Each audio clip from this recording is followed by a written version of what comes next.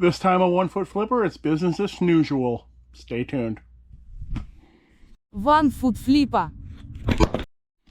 Alright everybody, we are down in the basement. I've actually got it to the 1.0 version of how I want it to be. All the stuff on the bar is just current sales. I've actually got that clean and usable now for both filming and for the Dungeons & Dragons game that Meta Bubbles runs over here once a week on Wednesday. See all the little figures there. And the rest of the place, while it doesn't look spectacular, there's not huge piles of stuff on the floor anymore. Only thing on the floor is that vacuum cleaner over there. I think that might be the last one I buy. Not because I'm afraid of dealing with big stuff, but I don't have any storage solutions for big stuff, so I'm just going to have to start saying no to it even when it's money. And that one is between a $100 and $150 vacuum, and I got it at the Goodwill outlet for $8. Didn't take me very long to repair. I may have already talked about this in another video, so I'm repeating myself. I'm so sorry. It's probably this video, so it'll be even worse. Yeah, all the way around, pretty good. Not bad. Alright, let's get back to the bar and look at some sales. Alright, how's it going, everybody? I have really gotten my basement under control in the past few weeks.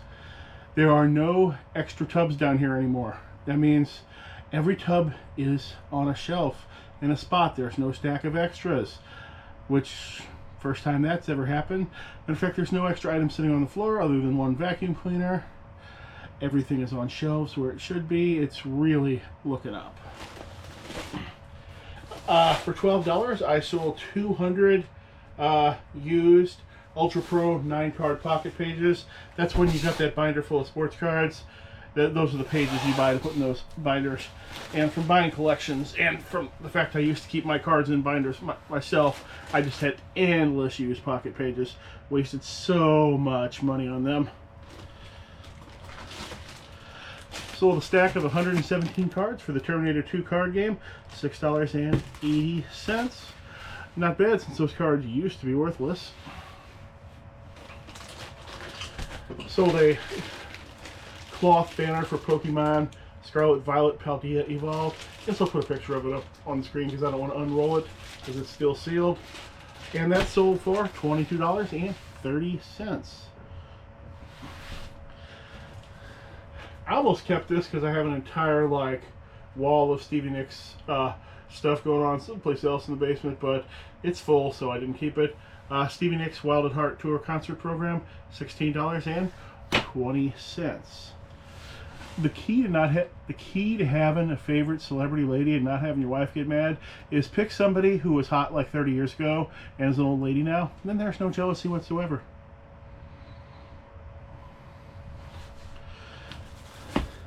So this book, Riff's Machinations of Doom, no idea why it's wrapped in plastic. I never wrapped books in plastic. $6.75. Guess whoever I got it from did that. Another role-playing game book, War of the Ashes, $8.60. I've had this for years. Apparently it's a Dungeons & Dragons type thing, except I think you're playing some sort of cartoon-looking critters. I don't know. That's wrapped in plastic too. My wife must have been involved in that. Maybe she wrapped some books in plastic at the very beginning. No, don't click to order details. For $24.99, I sold this 21 Pilots hoodie. I very rarely purchase clothing. I only look at it at garage sales. I never look at it at the Goodwill bins or at Goodwill or at thrift stores. Only at garage sales. And I only tend to buy t-shirts or band-related stuff. Paid $1 for it. About probably only 1 month later, since it's at an even price point, at least within 1 month after listing it, I got $24.99 for it. I can tell if something is a relatively new listing or not by how much it's listed for, since I mark down 3% every month, and if it's at a nice even price point like I would have come up with at the beginning, then I know it sold quick. Like this Things from the Flood RPG book, sold for $59.99. I paid $3 for this at a garage sale, less than a mile from my house. At least less than a mile walking, probably 2 miles driving. Actually, walking is probably 500 yards. My neighborhood's kind of weird. Like, there's this little street I can see from my front yard that's literally 30 yards away, but it takes a mile and a half of driving to get there. And Sold a Warhammer sprue, partial sprue, $6.55. I'm sure we'll be cutting back in here later with some more sales, but let's get to whatever the topic is for today, shall we? So, sometimes people ask me who my favorite channels are, and I think you can guess just by who I mention and who I don't. And I also try to keep up with a lot of smaller channels.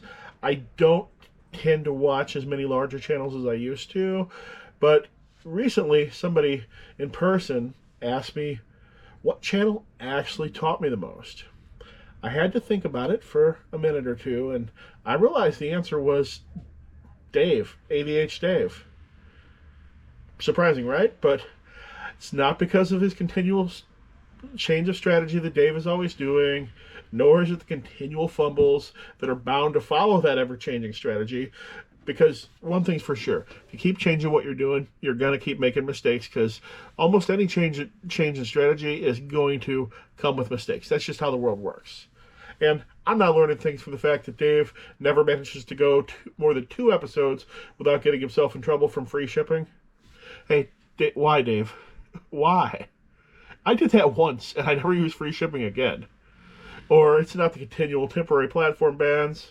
Hey, if you have any favorite Dave stories, do feel free to post them down in the comments. But with all that, meanwhile, I sit here watching the videos thinking that I'm an expert, while Dave is in what I can only assume is a beautiful house in Florida, seems to have a pool, got a big garage.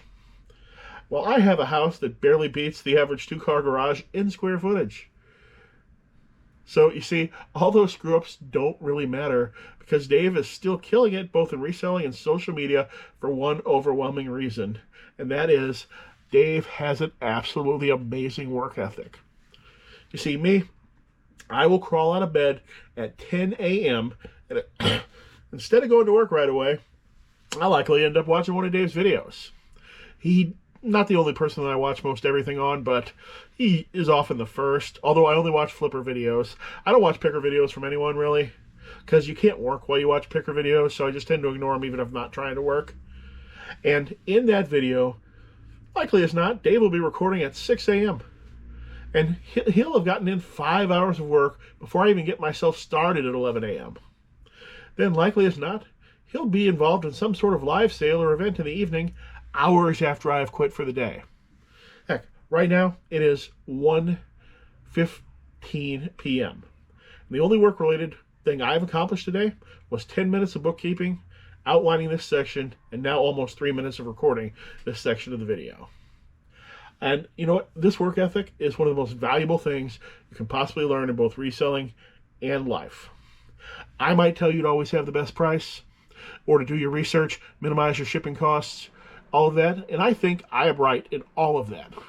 However, Dave still blows by me on his work ethic alone, and I think that's one of the most valuable things you can learn in reselling. Hey, if you like this sort of content, why not hit that subscribe button? I know I'm never going to catch Dave, but at this point, I'm mostly in it for the subscriber count, so just do a favor to a one-legged man who is never going to go roller skating again, and just hit that subscribe button. All right, had a few sales coming overnight, which is good. Makes up for me just now, 1:22 in the afternoon, finally actually doing any sort of work. I sold this mystery Taito arcade joystick from the early 80s. It has one broken micro switch, sold for $27.81. Not bad. I've had a few people ask me more questions about it, and I kind of ignored them, because if I knew anything else about it, I would put it there. You know, does it fit this game? Does it fit that? I don't know. If I knew that, I would have it there. Eventually somebody saw what they're looking for and they bought it. This is a heavy bat. This is a bomb bat, softball bat. I think it's a rather old model. Sold for $12.75. I would have had $1 into this. I've only got a few bats left, and I'm thinking about just getting rid of them, because I don't think any of the ones I have left are worth more than $5. I sold a Dungeons & Dragons of Ice Spire Peak preview module, something I had like 50 of. I still have 30 of them left. It sells for $3.40, and I sold one. It's not in front of the camera. Also sold an Ozzy Osbourne sticker. Maybe I'll throw a picture up here, maybe I won't. Now, check out these fellas right here. These are Warhammer Fantasy Trolls from the late 80s. I sold all 5 of them. They were separate items, but all 5 went to the same customer, and he paid $202 plus shipping. Not bad. I really like those. I was really tempted to keep one of them, but at what they go for, 30 plus bucks each, I just can't. I can just buy a modern one for $5 and have that instead, and so that's what I do. Sold a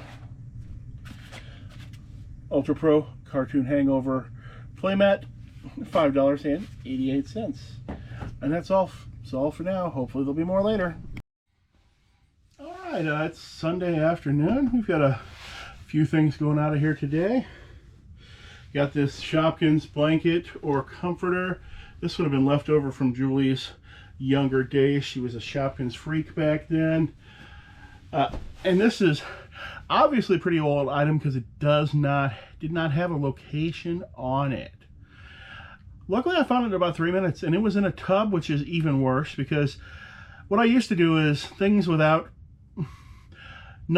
everything in a tub should have had a location, and if it didn't have a location, it was just on a shelf where you could see it. And this somehow got placed into a tub with no location. My wife probably did it. She used to help pull orders in the early days when I couldn't get up and down the stairs easily. But she has not pulled orders in years, but I still find things that she ended up placing in tubs because they were in her way temporarily or whatnot, or maybe it fell off a shelf into the tub. I don't know. Either way, sold for $11.04 plus shipping. I'll likely make money on the shipping on that. I usually make money on the shipping on almost all my orders because of the huge difference in what eBay charges the customers for shipping and what I charge. Do I care about that? No, not whatsoever. It makes sure that I never end up doing what our friend Dave does, which is sending things out at a dead loss. Never happens to me. I sold this vintage Monarch 1-gallon thermojug. Got this at the Goodwill outlet just a couple of days ago. I went a couple of times recently. I don't know if I went with Meta Bubbles, went with John Ceramic, and I went with Julie all recently. In one of those trips, I got this thing. Got it an hour after open, too. It was just sitting there on top, and I saw it from 30 feet away. Grabbed it. Weighs about 3 pounds, so I've got $6 in it. Sold in a couple of days for $40 with just a little bit of wipe down. Nothing wrong with that. I sold this set of schematics and operator's manual to the Atari Stun Runner game. Atari Stun Runner was an early 3D polygon racing game. Put a little thing up there. They were all cockpits. There was no decent home version of this available. Not sure if there was any home version available. If there was, it was on the Lynx or some other stupid Atari system that nobody had. This probably went to my own Stun Runner machine that I used to own. I had one of these well over 20 years ago. It was pretty rough cosmetically though, and I sold it thinking another one would fall out of the sky into my lap, and it never did. Although I did get the chance to help drag one up a flight of stairs for one of my friends who proceeded to never repair it. Phil, love you, man. And well, anyway, I usually kept manuals to games when I sold them because with arcade games, there is no difference in the price for the game with or without the manual. It's not like video games where the manual adds a huge value. That big old wooden box is going to sell for the same amount of money whether the manual's there or not. So I always kept the manuals. And finally sold this one. And some people might need this. Stun Runner had a sound card that is a little bit wonky or iffy, and nobody really seems to know how to repair them properly except for the man who designed them. So you got to wait for him to fix yours or try to figure it out on your own if the sound goes weird on them.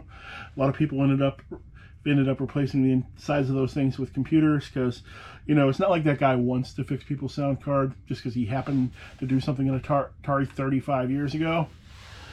All right, moving on.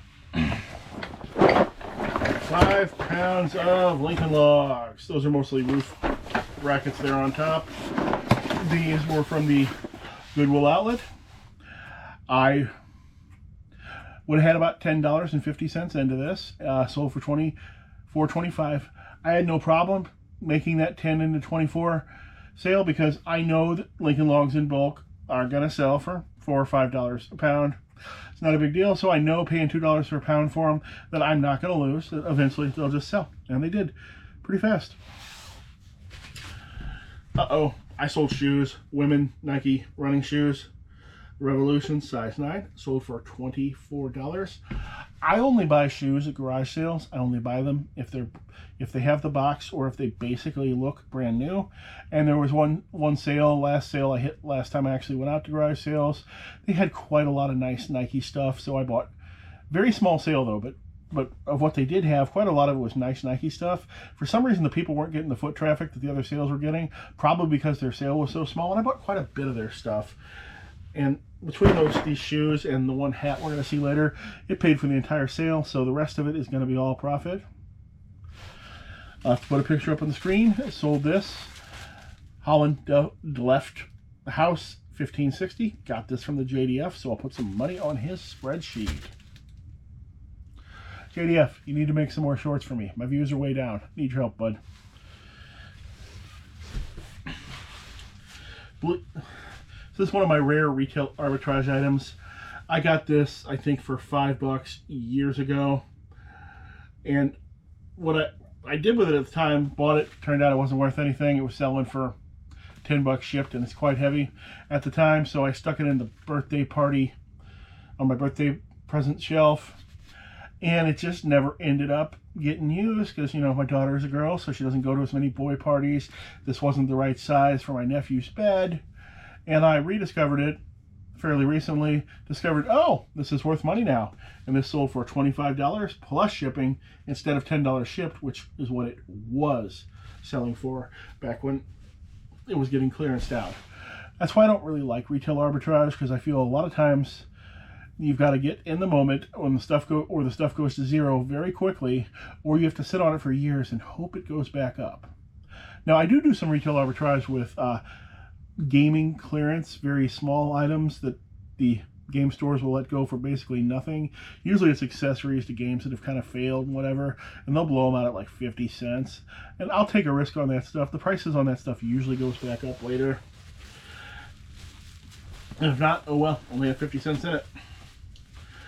Fortunately, I have $3 in this Smurfette that sold for $3.87. I think I got this at the flea market from the, I'm going to say, the evil Beanie Baby lady who is still trying to sell her Beanie Babies from the 90s prices and who claims that they're all brand new, and she just recently got various ones from the distributor even though they're 15 and 20 years old. Makes no sense. She sells almost nothing. Somehow sold this to me. I shouldn't have bought it, because after eBay fees, I'm going to lose money on it. Sold the first 5 seasons of Seinfeld, $9.70. I believe this was $1 or $2 at an estate sale. I don't remember which. Not a huge profit, but I knew it was a sure thing, so I grabbed it. Put it on screen because it's upstairs with the RPG books.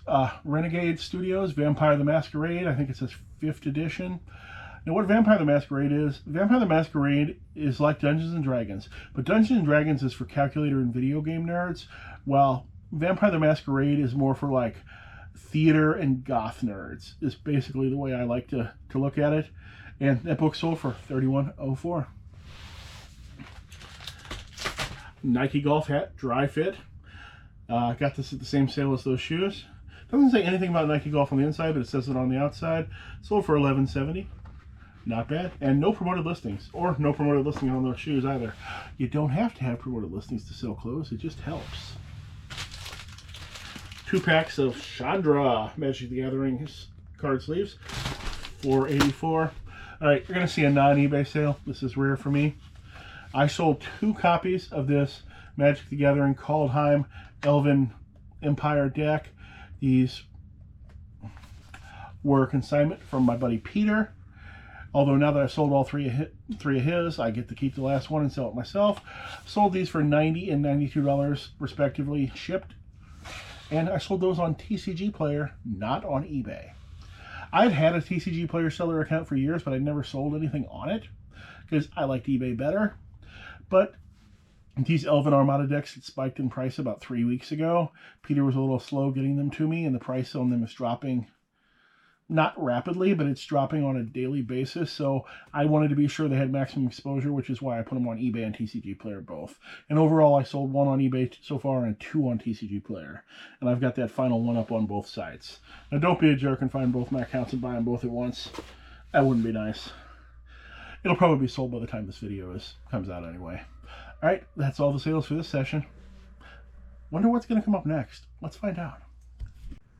All right, I think that's all I have for this episode. If you know anybody with a great work ethic or a terrible one, either way, why don't you tell about this channel? I could use a few more subs. Hope to see you again soon.